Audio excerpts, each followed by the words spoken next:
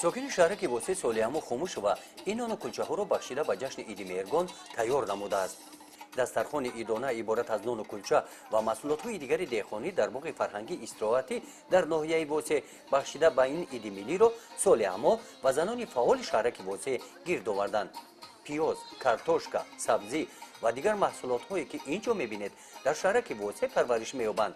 اهالی شهرک واسه زیاد از 20,000 نفر را تشکیل داده شغل ساکنانش هنرمندی و صاحبکاری میباشد. در شهرک واسه ساکنان زمین‌های نزد حولیگیشان را عاقلانه استفاده می‌نمایند. موافق معلومات جماعت شهرک بسیار ساکنان امسال از خطه‌های زمین‌های نزد حولیگی توسعه حاصل به دست آوردند.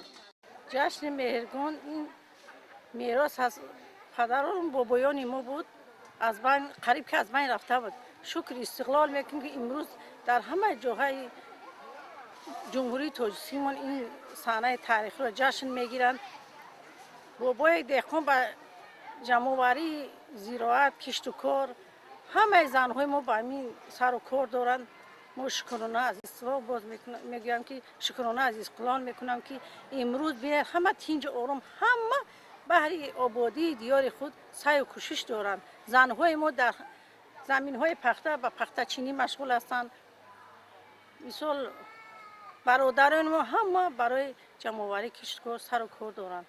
روز جشن عید مهرگان نمایندگان مقامات اجرایی حکومت دولتی ناحیه واسه نمایش محصولات‌های کشاورزان ساکنان شهرک واسه را تماشا کردند.